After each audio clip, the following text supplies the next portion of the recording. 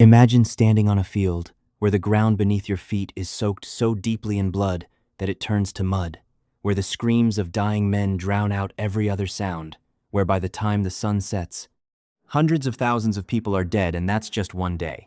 That is not a scene from a horror movie. That is real history. The bloodiest battles ever fought in human history were so catastrophic, so unimaginably violent, that even today, centuries later, historians struggle to put into words what actually happened on those grounds. We're going to walk through them, the battles where death didn't come in dozens or hundreds, but in hundreds of thousands, sometimes millions. Buckle up, because this is not for the faint of heart. Let's start with a battle that many people have never even heard of, yet it remains one of the deadliest single military engagements in all of recorded history, the Battle of the Somme. July 1st, 1916. World War I. British and French forces launched a massive offensive against German lines in northern France along the Somme River. The opening day alone saw approximately 57,000 British casualties, with nearly 20,000 men killed in a single day. By the time the battle officially ended in November 1916, over 1 million men had been wounded or killed across both sides. The tactics were catastrophically outdated. Soldiers were ordered to walk in straight lines toward machine gun nests. Artillery barrages that were supposed to destroy German defenses largely failed. Men were simply sent into a meat grinder and told to march forward. The Somme became a symbol of military incompetence and human tragedy. But if you think the Somme was bad, the Eastern Front of World War II makes it look small by comparison. The Battle of Stalingrad, fought between August 1942 and February 1943, is widely considered the single deadliest battle in human history. German forces under Adolf Hitler attempted to capture the Soviet city of Stalingrad, which held symbolic importance because it bore Stalin's name. What followed was nearly 6 months of the most brutal, house-to-house, room-to-room urban combat the world had ever seen. Soviet snipers picking off Germans from collapsed buildings. Soldiers fighting over a single factory floor for weeks. Both sides losing men at a rate that is almost impossible to comprehend. Total casualties on both sides, Soviet and German, are estimated between 1.7 million and 2 million men. The city was essentially reduced to rubble.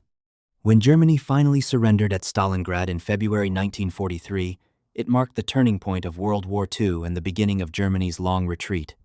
But Stalingrad wasn't even the only catastrophic battle on the Eastern Front. The Battle of Kiev in 1941 saw the Germans encircle an enormous Soviet force. Approximately 700,000 Soviet soldiers were captured, wounded, or killed.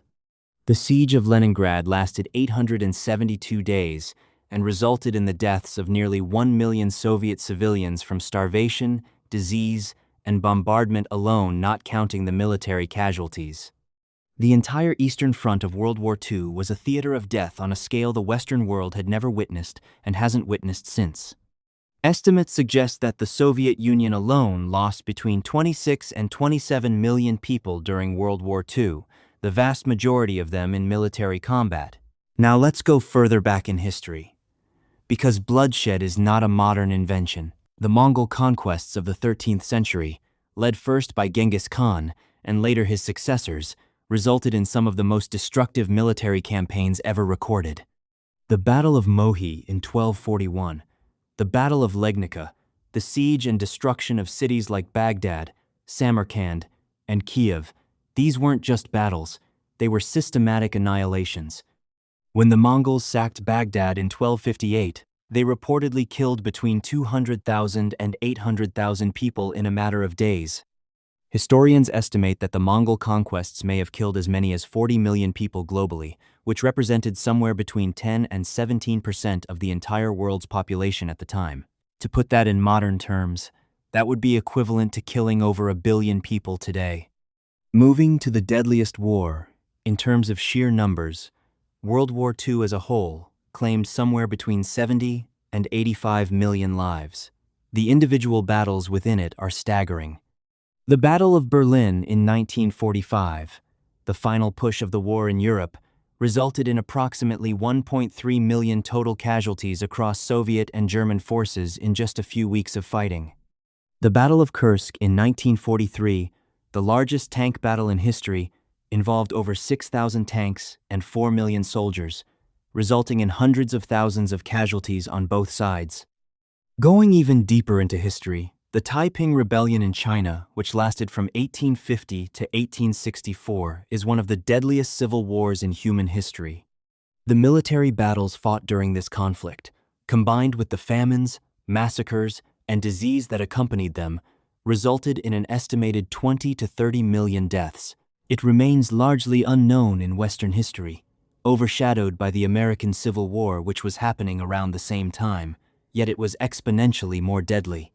The American Civil War itself, often remembered for battles like Gettysburg and Antietam, was devastating on its own scale.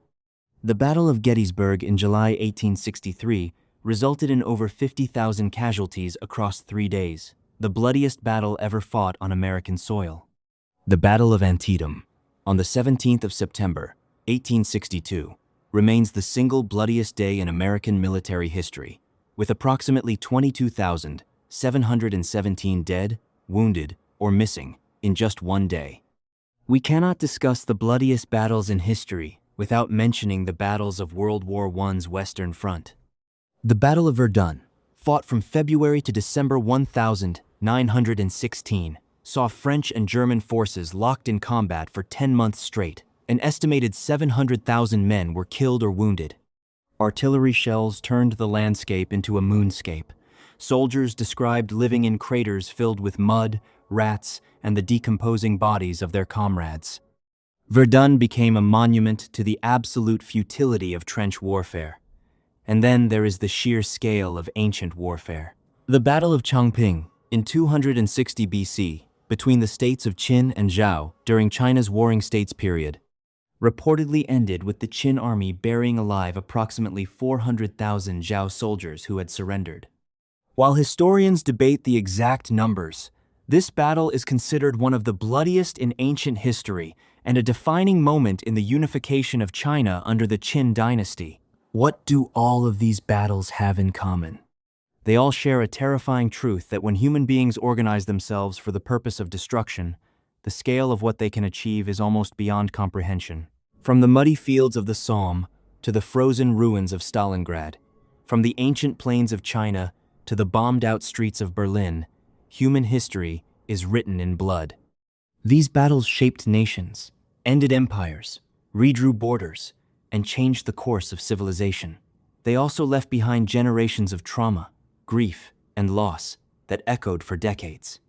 The numbers, the millions of casualties, can begin to feel abstract, but every single one of those numbers was a human being with a name, a family, a future that was cut short on a battlefield.